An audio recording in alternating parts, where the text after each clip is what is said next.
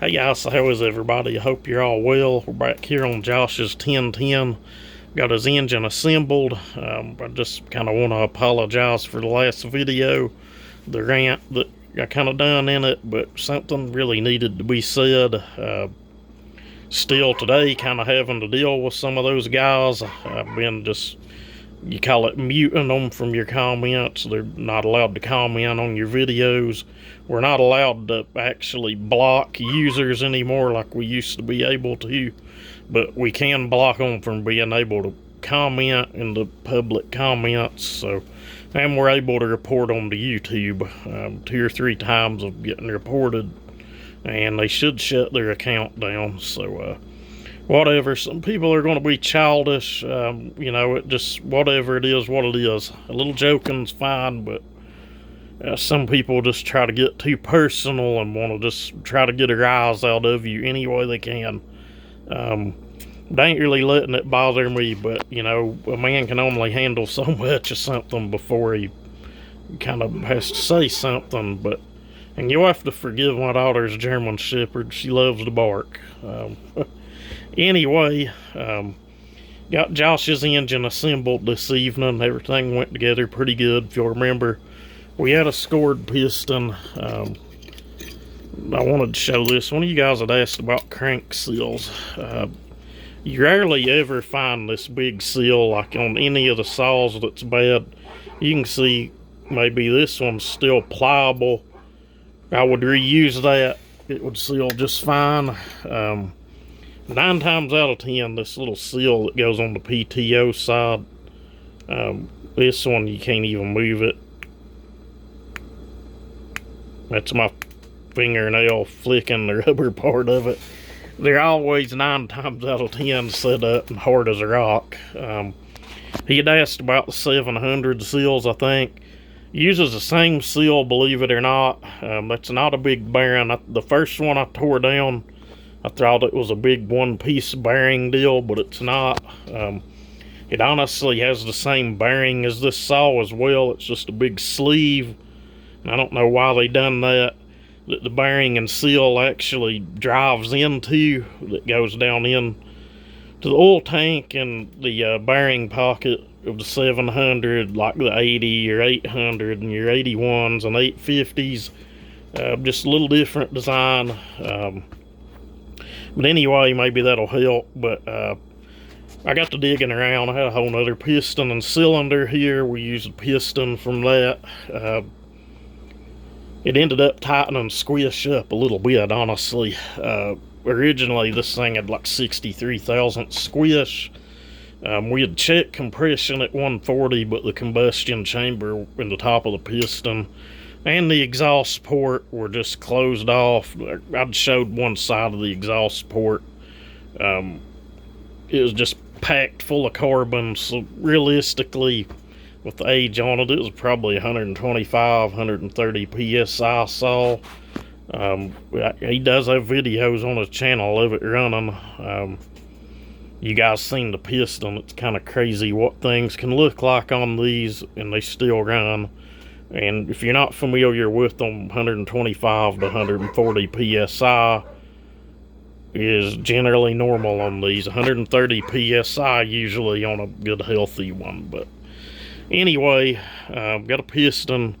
I've got new rings. If you're curious what rings to use on these, Steel MS260 rings. They're a 44.7 by 1.2 millimeter. The 1010 uses a 44.47 by 1.2 ring. And what I do, I just take my chain grinder. You can set and foul fit them, but I'll just turn on the chain grinder and bump the ring against it a couple times till I get it to where I want it, and then clean up all my burrs with the foul. And these are set at 10 thousandths. Some people might think that's a little loose, but it's just where I like to set them. It's just me. I've pulled these things down that had probably over 30 thousandths ring in gap, and they were still running good. So, you can take that for what it's worth.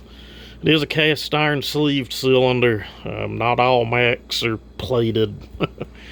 I ain't even going to get into that, but A cast iron sleeve. We took our ball hone and run through it. Got a nice cross hatch in it. There's a little video probably before this, a short, showing me spin at the drill.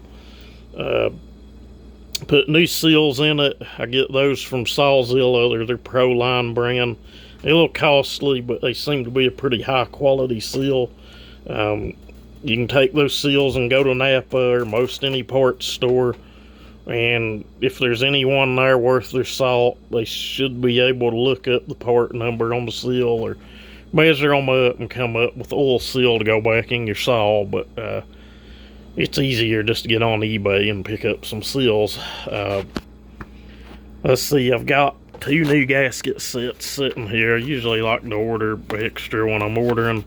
I've not even opened this up. They were about $7, I think, plus shipping. I'm sure it's something someone's just cut out with a cutting machine out of Felpro material or something, but I've used a lot of that stuff and they seem to work good. It beats the hell out of sitting and cutting one out yourself, and I've cut a bunch of these intake gaskets out, and if I can get it spun around, that's the exhaust port. I've cut a bunch of these intake gaskets out by hand, and they are flat out pain in the ass to get right and get the seal up right, but that's just me.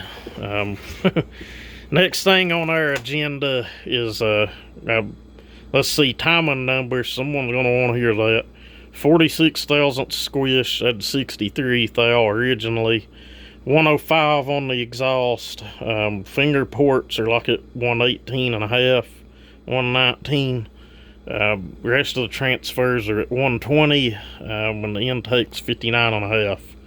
It was originally 58 degrees before I tore it down, but got the bottom end glued together with Moto seal, and I recommend you use something like that on clamshells or when you're doing base gasket deletes. It says it's fuel resistant right on it. A lot of your other sealants aren't fuel resistant, but I've heard other people say they've had good luck out of other sealers, but me personally here, I've not. And if you're just putting one together, you can start it right up as soon as you get it together with the Moto seal. It cures about instantly. A lot of people don't like it because it cures so fast, but what we're going to get into next is maybe tomorrow evening. I'm going to get all the parts cleaned up. We may show some of that. It just depends on what kind of mood I'm in. A lot of people have asked about painting. There's some bare material or bare magnesium here on a lot of it. We've got to get that dealt with. There's some pretty bad pitting in places. I know he probably say not to worry about it, but I can fix it all pretty easy. We're going to get that kind of squared away and dealt with, and see if we can turn this thing black. But anyway, as I get some more updates, I'll let you guys know. And if I don't make another video by the weekend, you guys have a great weekend.